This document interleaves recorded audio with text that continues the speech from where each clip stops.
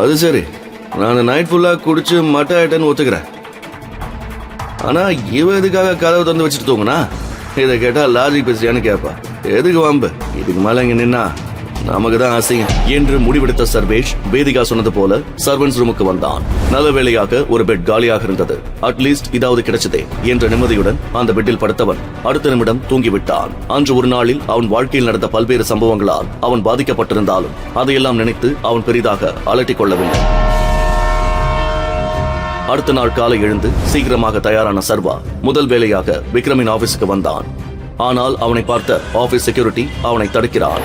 நில்லுப்பா, நீ பாட்டுக்கு உள்ள போனா என்ன அர்த்தம்? அவனுக்கு சர்வா பதில் சொல்வதற்குள் ஒரு விலையுயர்ந்த கார் உள்ளே வந்தது. அதிலிருந்து இறங்கினான் தீரஜ். சர்வாவை பார்த்த தீரஜ், அட இது யாரு?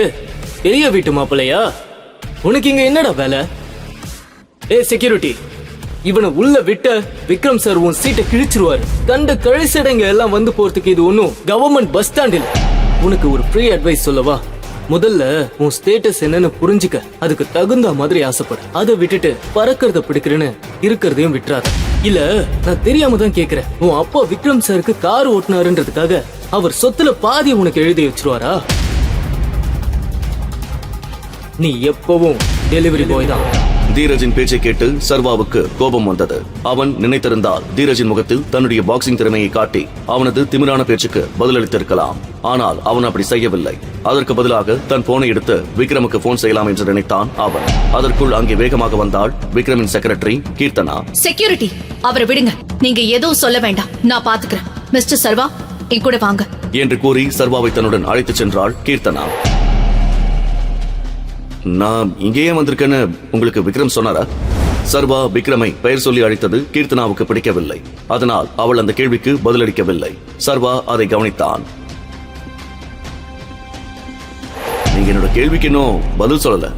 கீர்த்தனா அமைதியாக ஒரு பேப்பரை சர்வாவிடம் கொடுக்கிறாள். சர்வா அந்த பேப்பரை வாங்கி பார்க்கிறான். அந்த பேப்பரில் மேனேஜர் கேட்டகரியில் இருந்த பதவிகளுக்கு முன்னால் ஸ்டார் சைன் போடப்பட்டிருந்தது. விக்ரம் சர்வாவிடம் அந்த கம்பெனியின் மேனேஜிங் டைரக்டர் பதவியை எடுத்துக்கொள்ள சொல்லியிருந்தார். ஆனால் சர்வா இப்போதே தன்னை வெளிப்படுத்திக் கொள்ள விரும்பவில்லை. இதுல ஸ்டார் போட்டிருக்கே, அதுக்கு என்ன அர்த்தம்? ஸ்டார் போட்டிருந்ததுன்னா அந்த ஜாப்ல ஏற்கனவே ஆளுங்க இருக்காங்கன்னு அர்த்தம். அதுக்கு இப்ப ஆளுங்க தேவையில்ல. நீங்க டீ குடிக்கிறீங்களா இல்ல காஃபியா? மேனேஜர் போஸ்டுக்கு என்ன அப்பாயிண்ட் பண்ணிடுங்க. அந்த போஸ்ட்ல ஏற்கனவே ஸ்டார் போட்டிருந்தத பாத்தீங்கல்ல? அது எனக்கும் தெரியும். அந்த வேலையில ஏற்கனவே ஆள் இருக்காங்க.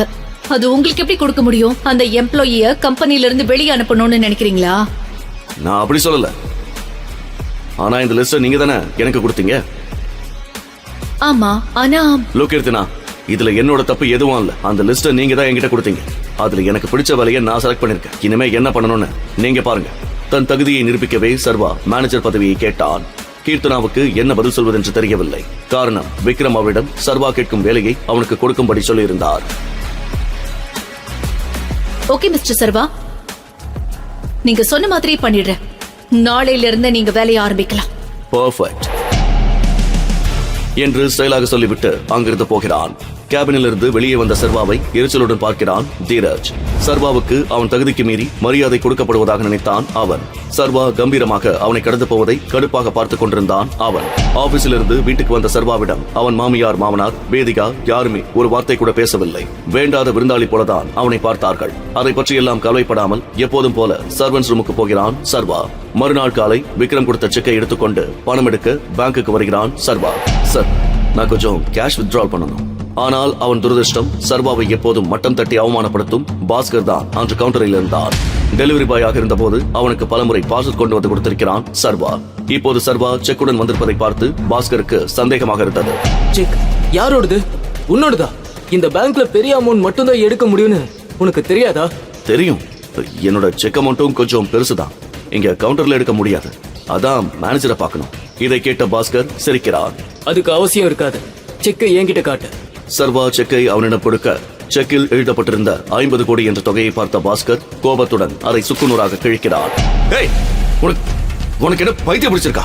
செக்யூரிட்டி, இவனை இப்பவே கழுத்தை பிடிச்சு வெளியே தள்ளுங்க. போலி செக் கொண்டு வந்து கொடுத்து பேங்கை ஏமாத்தலான்னு பாக்குறான். இவனை எல்லாம் போலீஸ கூப்பிட்டு உள்ள தள்ளணும். இழுத்துட்டு போங்க. சர்வா சொல்வதை காதில் வாங்காமல் செக்யூரிட்டி சர்வாவை பிடித்து இழுக்க அதை பார்த்து எல்லோரும் கேலியாக சிரிக்கிறார்கள். அப்போது அதிகாரமாக ஒரு குரல் கேட்கிறது. என்ன நடக்குது இங்கே? அது கரிகாலனின் குரல். கரிகாலனை பார்த்த சர்வா அலட்சியமாக பாஸ்கரை பார்க்கிறான். கரிகாலன் கோபமாக அவர்களை நோக்கி வருகிறார். சாரி சார், நீங்க இந்த டைம்ல இங்க வருவீங்கன்னு எனக்கு தெரியாது. இவன் போலி செக் கொடுத்து எங்களை ஏமாத்த பார்த்தான், அதான் விசாரிச்சிட்டு இருந்தேன். அவனை விடுங்க. செக்யூரிட்டிகள் சர்வா மீதிருந்து கைகளை எடுக்கிறார்கள். கரிகாலன் சர்வாவை அழைத்துக் கொண்டு பேங்க் மேனேஜர் அறையை நோக்கி நடக்க பாஸ்கரும் அவர்களை பின்தொடர்கிறான். அதை கவனித்த கரிகாலன் திரும்பி பார்த்து பாஸ்கரை முறைக்கிறான். நான் உன்னை வர சொன்னேனா? No sir. கரிகாலனின் பார்வை பாஸ்கருக்கு நடுக்கத்தை வரவழைக்கிறது. அதே நேரத்தில் கோபத்தில் கரிகாலன் தான் யார் என்று காட்டிக் கொடுத்து விடுவாரோ என்று பயந்தான் சர்வா. இவர் ஏதாவது தப்பு பண்ணியிருந்தா அதை பத்தி மேனேஜருக்கு சொல்ல வேண்டியதுதான் உன்னோட வேலை. உன் தகுதிக்கு நீயே நடவடிக்கை எடுக்க கூடாது. அப்புறம் உன் வேலைக்கு பிரச்சனை ஆகிடும். புரிஞ்சுதா? Yes sir. சர்வா கரிகாலன் இருவரும் மேனேஜரின் அறைக்குள் நுழைகிறார்கள். அவர்கள் வந்ததை கவனிக்காமல் மேனேஜர் கம்ப்யூட்டரில் வேலை செய்து கொண்டிருக்க கோபத்தில் கதவை வேகமாக மூடுகிறார் கரிகாலன். திரும்பி பார்த்த மேனேஜர் கரிகாலனை பார்த்ததும் அதிர்ச்சியுடன் எழுந்து நிற்கிறார். கரிகாலன் சார், நீங்களா? ஏதாவது நான் என்ன கூப்பிட்டுருக்கலாமே. ப்ளீஸ் உட்காருங்க. சர்வா கரிகாலன் இருவரும் அவருக்கு எதிரே அமர்கிறார்கள். அவர் எதிரே நின்று கொண்டே பணிவாக பேசுகிறார் மேனேஜர். சொல்லுங்க சார், என்ன செய்யணும்? நான் ஒரு வேலையா வந்தேன். ஆனா வெளியில நடந்த காமெடியை பார்த்தது அதை பத்தி உங்ககிட்ட பேசணும்னு தோணுச்சு. சொல்லுங்க சார். இவர் யாருன்னு உங்களுக்கு தெரியுதா? சர்வாவை குழப்பமாக பார்த்த மேனேஜருக்கு முதலில் அவன் யார் என்று தெரியவில்லை. சட்டென்று சர்வாவின் கையில் அணிந்திருந்த மோதிரம் அவர் கண்ணில் பட்டதும் அதிர்ச்சியில் நிற்க முடியாமல் அவர் கால்கள் நடுங்குகிறது. கடவுளே, இவரு நம்ம டைகரா?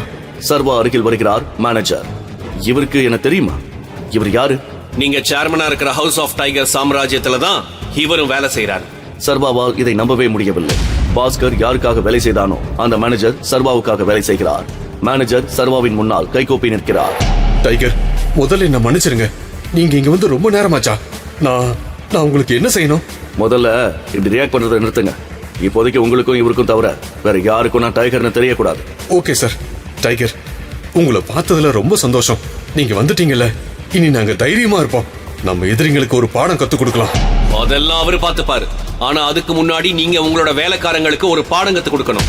நான் கத்து கொடுக்க ஆரம்பிச்சேன்னா என்ன ஆகும்னு உங்களுக்கு தெரியும் என்று சொன்ன கரிகாலன் பாஸ்கர் செய்த அனைத்தையும் சொல்ல மேனேஜர் கோபமடைகிறார்.